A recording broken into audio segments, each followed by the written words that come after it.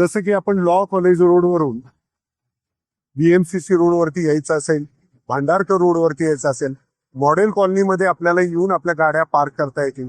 जसं की नळ स्टॉप, लॉ कॉलेज रोड, सेनापती बापट रोड, औंध रोड, पुढे जुना पुणे मुंबई रस्ता ते आरटीओ, शाळा आणि कॉलेजेस आणि शैक्षणिक संस्था या कालावधीमध्ये बंद असणार आहेत. या परिसरातील हॉस्पिटल्स, फायर ब्रिगेड, 108 सारख्या इमर्जन्सी सर्व्हिसेसचे योग्य नियोजन करण्यात आलेले आहे. बजाज पुणे ग्रँड टूर ही आंतरराष्ट्रीय सायकल स्पर्धा आयोजित करण्यात येत आहे.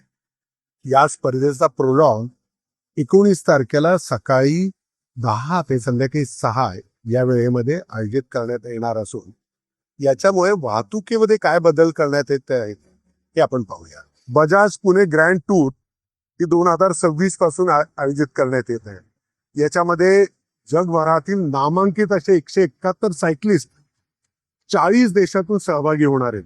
Fergusson college road, Ganesh Khind road, परत संचेती हॉस्पिटल आणि जंगली महाराज रोड याच्यावरती ही स्पर्धा आयोजित होते. त्यामुळे या कालावधीमध्ये हे तिन्ही रस्ते फर्ग्युसन कॉलेज, गणेश खिंड आणि जंगली महाराज हे वाहतुकीसाठी पूर्णतः बंद करण्यात येत आहे. या रस्त्यावरती पार्किंग सुद्धा करता येणार नाही. जसं की आपण लॉ कॉलेज रोडवरून बीएमसीसी रोडवरती यायचं असेल, भांडारकर रोडवरती यायचं असेल, मॉडेल कॉलनीमध्ये आपल्याला येऊन आपल्या गाड्या पार्क करता येतील. तसंच आपण रेंज हिल्स मधून भोसले नगर मध्ये सुद्धा गाड्या पार्क करून स्पर्धा पाहण्यासाठी येऊ शकतात. पर्याय म्हणून एक रिंग रोड तयार करण्यात आलेला आहे.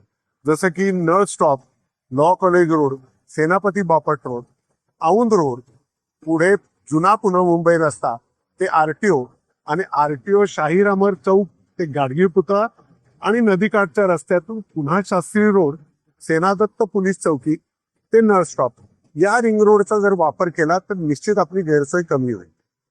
मुख्य रस्ते जरी वाहतुकीसाठी बंद असले तरी त्याला जोडणारे जे रस्ते आहेत याचा वापर हा बफर झोन म्हणून नागरिकांना करता येईल. नागरिकांना विनंती आहे या भागामध्ये स्पर्धा बघायला येण्यासाठी किंवा कामासाठी येण्यासाठी मेट्रोचा जर वापर केला तर निश्चित फायदेशीर होईल. स्पर्धेचा कालावधी सकाळी 9 ते संध्याकाळी 6 असल्यामुळे हे सर्कल जे आहे याच्यामधल्या शाळा आणि कॉलेजेस आणि शैक्षणिक संस्था या कालावधीमध्ये बंद असणार आहेत. या परिसरातील हॉस्पिटल्स, फायर ब्रिगेड, 108 सारख्या इमर्जन्सी सर्व्हिसेसचे योग्य नियोजन करण्यात आलेले आहे.